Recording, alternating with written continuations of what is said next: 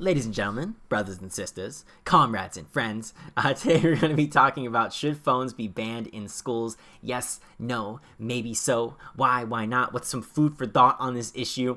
And, before we get started with that, however, who am I to bring up this topic and voice my opinion? Well, I am a 7th grade history teacher, if you don't already know, as well as a doctoral candidate and state union delegate. So I'm bringing a pretty well-rounded view into this issue here, and I think we got a lot to contribute. So let's start off by reading the Reddit post, and then we'll give some food for thought. So, quote, "I'm not a teacher, I'm a parent. I believe phones should be banned. I hear parents arguing that they need to get a hold of their kids in case of emergencies. We did just fine with this before cell phones. People are too attached to them. Frustrating for the teachers. Edit to add what I've learned. Nearly all of the comments negating my perspective are coming from the side of school shootings. This is something I hadn't considered, and now have started to figure out understanding that perspective. What a devastating thing to have plagued our schools and communication patterns in this country. We hope to never hear it, yet keep a closer line open for sake of hearing it firsthand and hopefully immediately. I see the hatred in our country really has a lot of people afraid, and that's okay, though devastating. May you find comfort after the negative news we've had." End quote. And that's from Here to Learn on r/teachers. And, the first thing I'm thinking about here is people are too attached to them. And we can venture into some of these different avenues as to what we can do about the emergencies issue, which seems to be the greatest area of concern that the person found out throughout this thread here in their responses. But the attachment, I think that this is an issue that has really been plaguing the 21st century for quite some time now. And this has happened in recent years as smartphones became more accessible to the average person. Kids nowadays have smartphones in their hands by the time they're like 2 years old.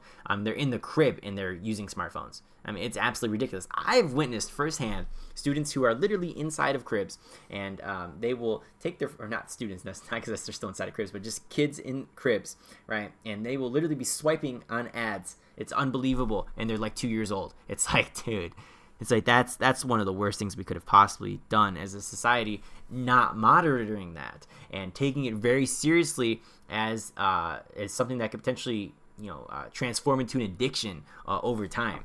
It's like, and when I say addiction, like I really mean that. It's like, we're all addicted to our phones. Like this isn't just the kids who've grown up nowadays since they're 2 years old, 10 years later, and we're all like, oh my god, like they're so addicted to their phones. It's like, well, yeah, like what did you think was gonna happen? But on top of that, it's like, we're not really that immune to it as well, us adults and us teachers. I mean, like I love social media. I'll go on TikTok and just sit there and watch little videos and whatnot, just mindlessly scroll and have a nice relaxing time. Like I'm not immune to that at all. But the problem is when that that transfers from your little relaxation time to that time that should be devoted towards learning or your job, which is for the students learning. That's your job, is to go to school and learn, so that way one day you have the qualifications and skills that you need to hold down a nice profitable job in the future for you and your family. Well, part of the issue is it's like they're not managing that at all. They're not managing it well to any degree in most places. Now, some kids can handle phones. I'm not going to deny that. Some kids can definitely handle phones. But part of the issue arises when, even if you have 2 or 3 that can use their phones, if you allow them to use their phones, well, then it becomes maybe an issue where it's like, well, why are you showing favoritism towards them? It's like everybody always wants to talk about equity, for instance, and everybody always wants to talk about do what's right for the individual student. And it's like, well, what if that individual student earns some free time to go on their phones and relax a little bit because they absolutely grinded in class, they did their work, they got them what they need to, they made revisions, we even enriched it a little bit for them. It's like, and then you want to provide them some incentive to maintain that hard work, and you can't even do that because nobody else in the class can handle it, because if they see that, they just lose their minds. They go nuts. And so it's like, well, I don't know. We got our hands tied here as educators. And so that can be a little bit tough one. That can be a little tough situation.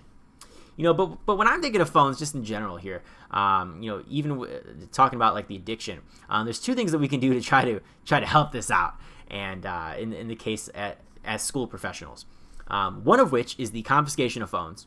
And the second of which is just straight up banning phones whenever you confiscate them, but do it after the fact. Don't do it before the fact, right? So I guess it's really just confiscation, but before and after the fact, right? So whichever one you want to do. Now, what are some of the pros and cons to doing that? Well, if you confiscate phones beforehand, like one of the things we used to do when I was a charter school teacher is we had little safes, and the only person with the key was the classroom teacher. We had the safe. the safe key, and I think the office might have even had a spare. But that was it. We can open the safe. Nobody else can. The kids start their day. They come to class. They put their phone in the safe, or usually they'll turn it off, put down the ringer. At the very least, they'll put it in the safe. Lock it away. It's gone. You're not getting in the safe at all for any reason unless you're leaving. That's the only way you're getting access to it. And shockingly enough, wow, phones weren't a problem. Oh, wow, I can't believe it. It's really unbelievable that a lot of people wouldn't see that to be the case. But a lot of people, it's a simple solution. You just buy a $50 safe online. It's a one-time purchase forever. A little tiny safe, stack their phones in it, done. No longer an issue. Now, the issue for the staff, because that's no longer an issue for the students, but the issue for the staff is as follows, right? Which is that should teachers even be liable for confiscating phones before the fact? Or even after the fact? Let's say they see a kid who has a phone that didn't put it in their safe and they were on it texting or doing whatever. And it's like, well, then can you confiscate that? And who's liable if something goes wrong? What if you drop it? What if I don't know, like somebody accuses you of breaking it? It's like, who's going to protect you? Who's really out to help you out in this regard? I don't know. Should it be a resource officer issue? Should they be the only ones who are allowed to handle phones, or administrative issue? Because do teachers want to take on that responsibility? And if so, we're going to write that in our collective bargaining agreement that we are fully protected with complete immunity. Like, how's that going to work? And let's say we are in the wrong. Okay, fine. Do we take fault for that? But who's paying for it? The district's paying for that? I would hope so, because we're acting in accordance with our district responsibilities. That's one of the things I would hope for. But as a union person, you want to be thinking about these things. And but here's the other option, right? You don't do it before the fact, right? And you think that, okay, well, we're going to mitigate most of the issues with confiscation right away on behalf of the teachers. So let's say you don't want to give teachers any power to touch the phones. I mean, they certainly can whenever they want, but it's just not written in the contract language. Let's say that you just want to have the resource officers or administration do that, and that'll be like their full responsibility. If there's a phone, we'll simply call them. They deal with that. We're not dealing with that at all. And so I think that's a great way to do things. And in fact, I think that that's probably the better way to do things because of what the person mentioned in this Reddit post here. So we're tying it back in, which is that emergencies need to be taken seriously. And look, when I was a kid, I used to go on my phone. Sometimes I'd text my mom or whatever, and or I'd go on it in class and look something up or whatever I was doing. I don't even remember half the time what I was doing, or study hall. It's like, but you never used it inappropriately. And so some kids can handle it, some kids can't handle it, right? And like, I was in these AP and honors classes, and it's like, everybody there had a 4.0 or over a 4.0, and it's like, wasn't an issue. We all got our stuff done. We were able to regulate ourselves enough to make sure that the phone wasn't a distraction. But when the phone is a constant distraction for some of these kids, sometimes maybe you just need to take it away.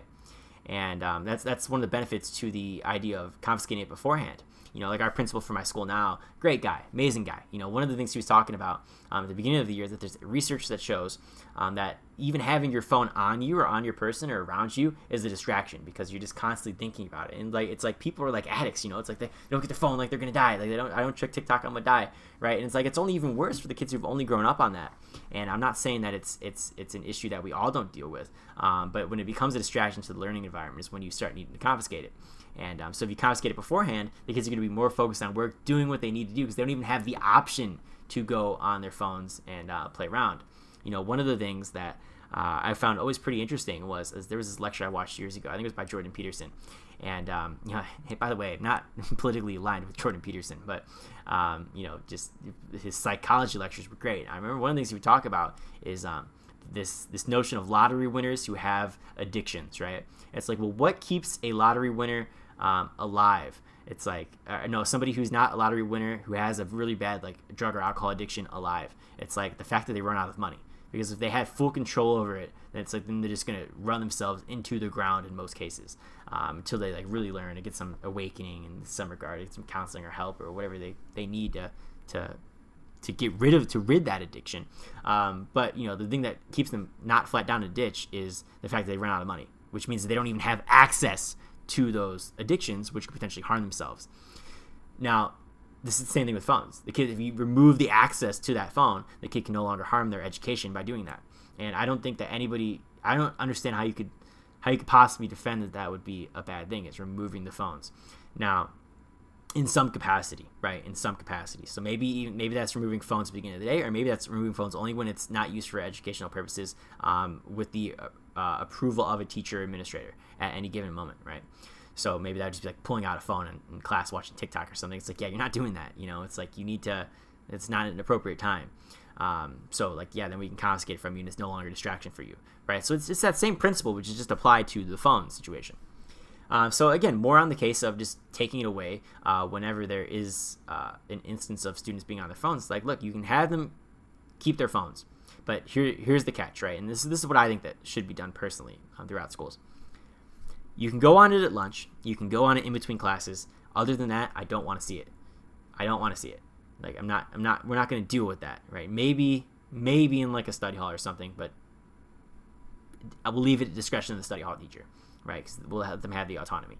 But for school-wide policy, phones will be completely banned unless it's in the hallway in between classes, or if it's a situation where you're at lunch or something, right? And so, look, for any reason you see a phone, it's getting confiscated for the rest of the day, and that's how it should be. Because that way they know it's not like a thing. Oh, I'm gonna get it back in 10 minutes anyways if they confiscate it. It's like, well, here you go, right? And they're all upset about it or whatever. And it's like, well, then you're just playing on their grounds, right? But if it's like, look, I got my phone out, I get confiscated for 6 hours. It's like, I'm gonna go crazy. It's like, because I don't want to be dealing with that. And so, look, I mean, I think that is a situation that most people don't want to put themselves in as administrators or as resource officers, but because it would be an issue, I think, a lot at first, but eventually they would come to recognize that there's no leeway on this. It's like you're not going to get away with it. It's like, for any reason, it's gone, right? It'd be like no different than if you're just, I don't know, in a fight, right? It's like a zero tolerance on this, and that's the way that you have to be. And they'll catch on right away. We used to do that where it was like, look, you got a phone? It's like, we're calling someone to confiscate it. Done. Or you can put it in the safe. And that's how it was, and it worked fine. It worked great. And so the kids and you could even maybe make the option of kids putting in the safe, but they don't even put it in their lockers anyway, so it's like, why would they put it in their safe? I don't know. It just depends on where you're at. Depends on the precedent that's already been stated the years before. But I do think the two of those options are viable. And I think it's some food for thought. Obviously, policies should always be vetted out more if you're going to actually do anything like this. But I do think that that's a very good start to the conversation. And personally for me, again, it's the second option, right? Let them have their phones. There's an emergency, they can call somebody. Like I mentioned, like I'd be on my phone sometimes when I was in school, but we'd use it appropriately. And if it's that big of an emergency, we can have you call the office. Or if somebody needs you, then the office will come get you. They'll come find you. Believe me, they'll find you. And if it's a case where, God forbid, something really tragic happens where there has to be lockdown, and of course the kids got their phones, they can pull it out then. Nobody's going to get on their case for that, nor should they get on their case for that. But there's a time and a place. If it's just a normal everyday class and you're just trying to sit there watch TikTok or something and not do any work, it's like, no, like that's not going to fly. And even you could say, okay, well, what if they still don't do work? It's like, but they're no longer on their phone as well, and they're sort of sitting there. It's like, well, it's probably better than just going on TikTok and just sitting there and condoning that bad behavior, because it spreads like a virus, right? Especially like how I mentioned, when only certain kids are allowed to go on their phones, others aren't. It's like, well, if little Timmy's allowed to go on his phone, but they have a 110% in the class, whereas little Jimmy has a 16% of the class, and he gets upset now because he's not allowed to go on his phone, but the other person is. It's like, well, yeah, because you're not doing anything in here that's productive. It's like you need to be grinding, whereas the other person may have earned that freedom or privilege as reward in class. It's like, but it's a slippery slope, and it's very difficult to manage. And so, maybe you could even leave some autonomy up to the teacher if they don't want to have to worry about the phones, and they're fine with them. That's up to the teacher, right? It's like, but if it's an instance where but the school should, at the end of the day, have a school-wide policy. The teachers can change it only if they want to. And so another thing I would mention here is like, look, maybe in between classes and maybe at lunch, right? But another thing I would mention too is like, even still, this becomes even more of a liability issue as well. And another reason to maybe even ban it across the board. So see, this is why I got to think policies out. Is that, what if a student's like recording on their phone, or what if a student is, especially during inappropriate times when they're not allowed to, like say at lunch or something, or just a time where they're not permitted to do so? What if that's the case? Or what if they're just, making phone calls or something when they're not supposed to? Like, I mean, I don't know. It's just time and place, guys, time and place. And there's restrictions that have to be put on, and it's not a problem everywhere. It's really not, but it is a problem in a lot of places. And one of the things I don't really understand is why everybody likes to talk about the conversation, and then they'll mention something like yonder pouches, right? Which are these little things here. I even looked them up so I could show you guys if you don't know. There's these little pouches here. They got little magnets, right? You can open them on up with the magnets. And I've always thought that was just a stupid idea. Why can't we just have zero tolerance on this and it just goes away itself? Like, why do we gotta spend money on these little pouches here? Like, it's just a gimmick, and it seems to me like a waste of taxpayer dollars. But and if you're gonna do these little pouches, it's like, deep breath. Why don't we just get safe? Like, it doesn't make any sense to me, right? Because it's infinitely cheaper, and so you could even save more money there. So if you're already looking to spend money, just save money there. I really don't get it. Like, again, some places this isn't a problem. For a lot of schools it is, and it's an unfortunate problem. It's a problem that needs to be taken serious, because you can't just go on your job and just be on your phone all day. It's like nobody's gonna hire you. It's, as I mentioned in the past, it's like, look, you're a business owner. You've invested your life savings to make this business work. You've got just anything can ruin you here. It's like, what's not going to ruin you? Hiring good employees. So if you hire an employee to just sit there on TikTok all day, or not wanting to do work, it's like they're going to get fired, and they're going to be in for a rude awakening. And we're not preparing them as educators unless we start taking this seriously. And so, look, it's got to be an instance where they see it, it's gone. It's gone. It's just the way that it is. And this holds true for a lot of places, but each place is different. So obviously do things according with the data and your demographic. But yeah, that's my food for thought. I'm very curious to see what you guys have to say about maybe the safety issue, or the liability issue, or just the moral issue of taking phones. Maybe the practicality issue of things, which is maybe using them for ELL students, for instance, for like translation or something. But then you could say, okay, well, don't they have laptops? That was a post I've seen a little bit ago here on Reddit as I was searching about phones. But it's a very interesting conversation. So hopefully you guys enjoyed the little dialogue. I talk about this all day, and thank you very much for watching. Have a good one.